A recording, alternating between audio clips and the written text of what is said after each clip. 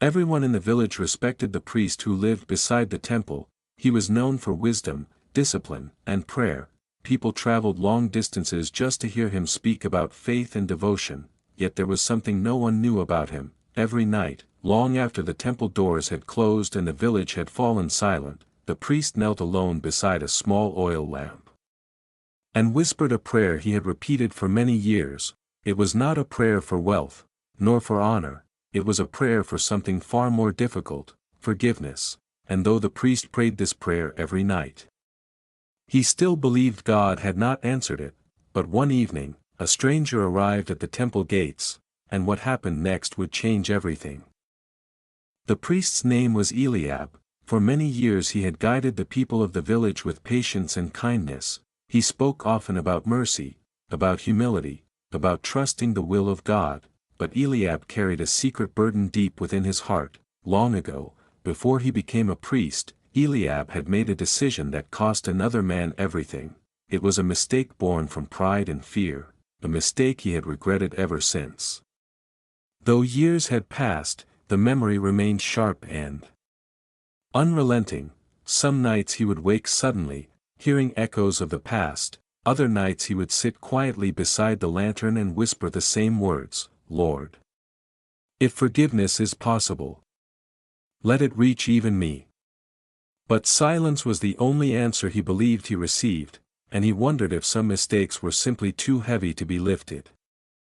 One afternoon, while Eliab was sweeping the temple courtyard, a traveler approached the gate. The man's clothes were worn by dust and long roads. His face carried the look of someone who had walked far with a purpose. The stranger bowed politely. "Peace be with you," he said. "And with you," Eliab replied. "What brings you to our village?" The man studied him carefully before answering, "I have come seeking guidance." Eliab nodded gently, "Then you are welcome here." But the stranger's eyes did not leave Eliab's face. Instead he asked a question that made the priest pause. "Tell me," the traveler said quietly, "do you believe a man can truly be forgiven for the wrong he has done?" The question felt heavier than it seemed. Eliab answered slowly, "God's mercy is greater than any man's failure." The stranger nodded, though something in his expression suggested the conversation was far from finished, and what happened next would change everything.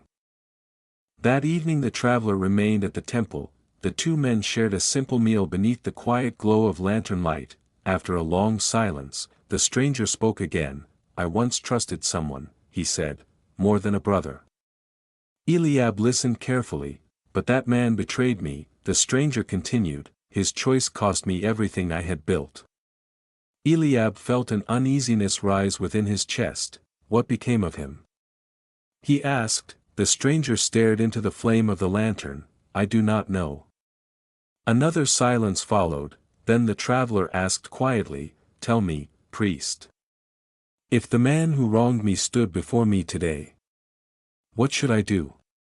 Eliab hesitated. "Forgiveness," he finally said. The stranger's eyes lifted. "And if the wound still remains?" Eliab lowered his voice. "Then forgiveness may still be the only path that frees both men."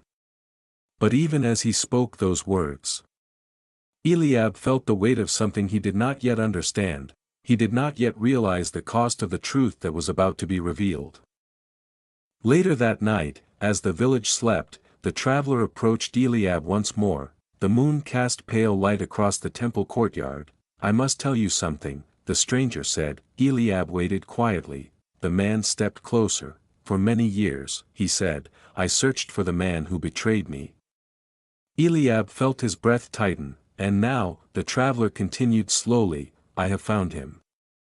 A long silence filled the courtyard. Then the stranger spoke the words Eliab feared most. "That man is you."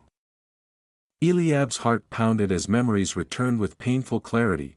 The stranger before him was not a stranger at all. Years ago, when they were younger men, Eliab had made a selfish decision that destroyed his friend's livelihood. Fear had kept him silent, shame had kept him distant, and time had buried the truth beneath years of prayer and regret. Yet now the past stood before him in living form. The traveler looked directly into Eliab's eyes. I came here not for revenge, he said. Quietly, I came to see whether the man who wronged me had changed. Eliab lowered his head. I have prayed for forgiveness every night, he whispered, but I never believed I would face you again. The traveler studied him carefully, and in that moment, Eliab realized something he had never understood before. Forgiveness was not only something he asked from God, it was something he must seek from the one he had hurt. Slowly, Eliab knelt before the man. I cannot undo what I have done, he said, but if there is any way to restore what was lost, I will spend the rest of my life trying. For a long moment, the traveler said nothing, then he reached forward and lifted Eliab back to his feet. The years have taken much from me, he said softly, but holding bitterness has taken even more. The man placed his hand on Eliab's shoulder. So tonight, I choose to let it go.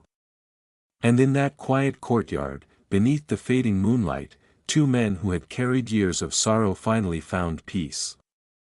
The next morning, the traveler prepared to continue his journey. Before leaving, he turned to Eliab and said one final thing: sometimes forgiveness arrives in the place we fear the most. Eliab watched as the man disappeared along the distant road. That evening, when the temple grew quiet once again, Eliab knelt beside the lantern, but this time, his prayer was different, because for the first time in many years, he believed it had truly been answered. And perhaps the greatest miracle is not when our past disappears, but when grace gives us the courage to face it. If this story spoke to you, remember this: sometimes the answers to our prayers do not come through miracles or signs, sometimes they come through the people we least expect, and in those moments, faith asks us not only to pray for forgiveness, but to live it.